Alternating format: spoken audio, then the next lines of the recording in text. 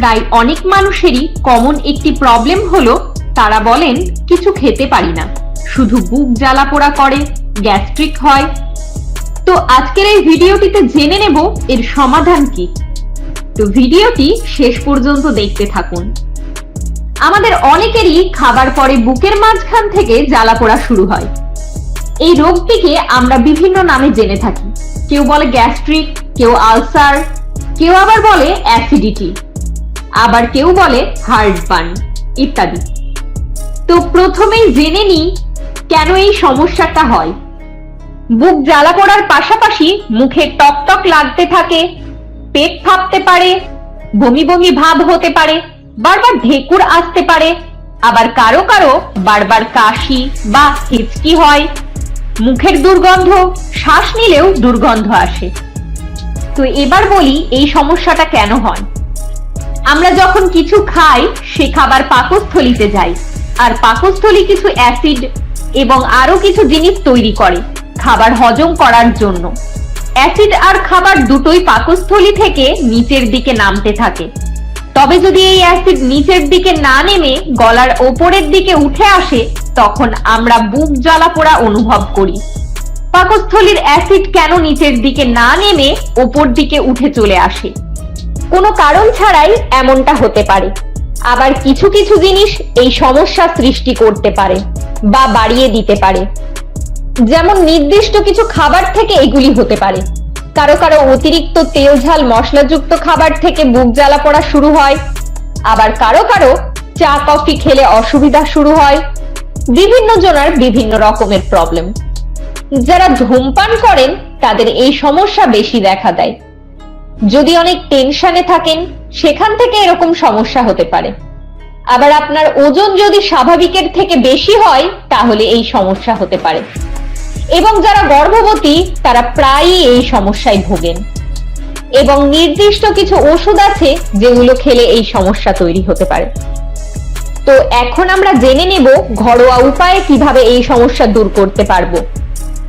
আমাদের প্রতিদিনের অভ্যাসে কিছু পরিবর্তন আনলে কিন্তু আমরা নিজে নিজেই এই সমস্যা অনেকটাই কমিয়ে আনতে পারি। প্রথমেই বলি, একবারে পেট ভরে খেলে এই সমস্যা বেশি হয়ে থাকে। তাই অনেক খাবার একবারে একসাথে খাবেন না। সারাদিনে ভাগ ভাগ করে অল্প অল্প করে খাবার চেষ্টা করবেন। আপনি যদি একবারে অনেক বেশি খেয়ে ফেলেন তাহলে পাকস্থলীটা ভরে ওঠে। অতিরিক্ত বেশি খাবার ঢুকলে পাকস্থলীটা প্রসারিত হয়। তো একবারে অনেক বেশি খাবার খেলে পাকস্থলীটা অনেক ফুলে ওঠে, আর তখন পাকস্থলীর ভেতরে অ্যাসিড ওপরের দিকে উঠতে শুরু হয়, আর তখনই শুরু হতে পারে বুকে জ্বালা পোড়া। খাবারের সময় কখনোই অনিয়ম করবেন না।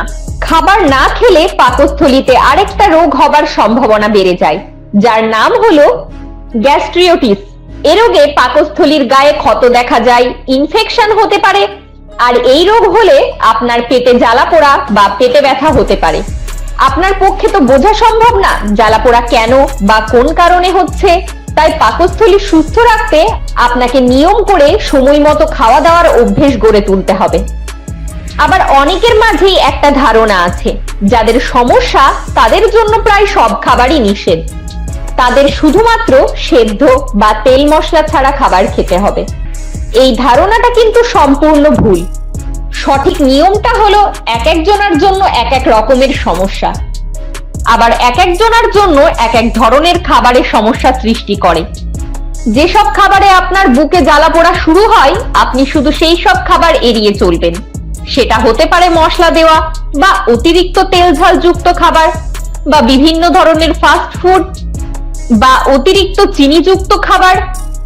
আপনার কোন খাবারে সমস্যা হয় সেটা কিন্তু আপনাকেই খুঁজে বার করতে হবে, আর সে সমস্ত খাবার আপনাকে এড়িয়ে চলতে হবে। তো এর পরের বিষয়টা বলি। রাতের খাবারটা আগেই সেরে ফেলার চেষ্টা করবেন।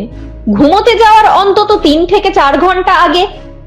আপনি যদি রাতে 11টার দিকে ঘুমোতে যান তাহলে কমপক্ষে 7:30 থেকে 8টার মধ্যে খেতে বসে যাবেন। তারপর কিন্তু রাত 11টা পর্যন্ত জেগে থাকতে হবে। এই সময়টুকু আপনি যদি হাঁটাহাঁটি করতে পারেন তাহলে বেশি ভালো হয়। ভরপেট খেয়ে যদি চিত হয়ে শুয়ে পড়েন তাহলে পাকস্থলী থেকে অ্যাসিড ওপরের দিকে আসার সম্ভাবনা বেড়ে যায়। আর তখনই বুকে জ্বালা পোড়া ভাব বা পেটে ব্যথা শুরু হতে পারে। এর পরের বিষয়টিও কিন্তু খুব গুরুত্বপূর্ণ। ঘুমানোর সময় বা বিছানায় শোবার সময় মাথা আর বুক কোমরের চেয়ে একটু উঁচুতে রাখলেই ভালো হয়। সেটা আপনার পাকস্থলীর অ্যাসিডকে ওপরে ওঠা থেকে থামাবে। যাদের রাতের বেলা পেটে বা বুকে জ্বালা পোড়ার সমস্যাটা বেশি হয় তাদের জন্য এই ধাপটা ভীষণ গুরুত্বপূর্ণ। এরপরে যে গুরুত্বপূর্ণ বিষয়টি বলবো সেটা শুধু আপনার বুকে জ্বালা পোড়াই কমাবে না, আপনার স্বাস্থ্যের জন্য ভীষণ উপকারী। আপনার যদি ওজন বেশি হয় তাহলে সর্বপ্রথমেই সেটা কমানোর চেষ্টা করুন। অতিরিক্ত ওজন অনেক ধরনের সমস্যা সৃষ্টি করতে পারে। ডায়াবেটিসের সমস্যা, হার্টের রোগ ইত্যাদি অনেক কিছুই অতিরিক্ত ওজনের সাথে সম্পর্কিত।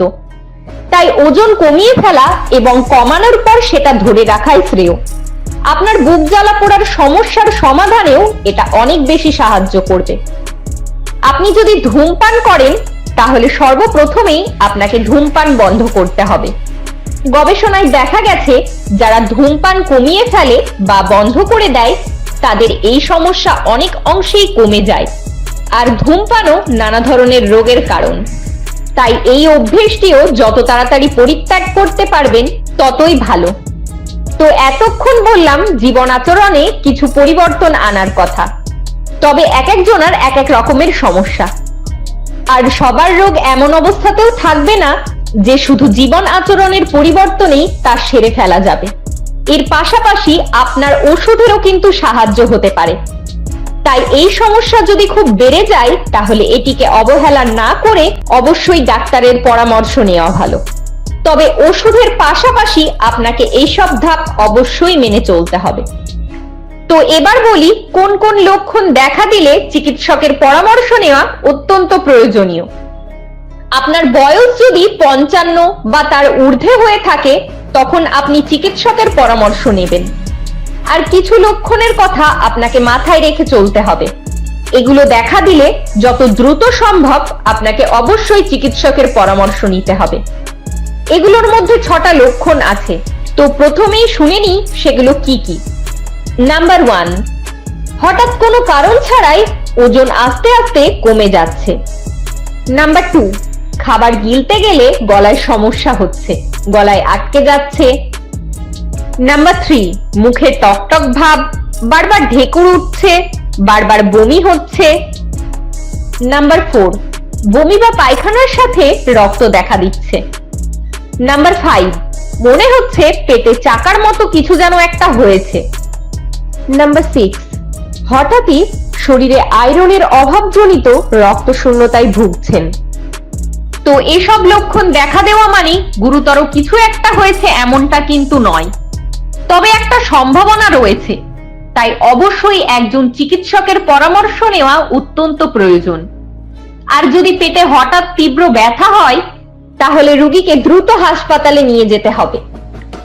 আর এ বিষয়ে আরো কিছু জানার থাকলে অবশ্যই বিশেষজ্ঞদের সাথে পরামর্শ করবেন। সবাই ভালো থাকবেন, আবার দেখা হবে।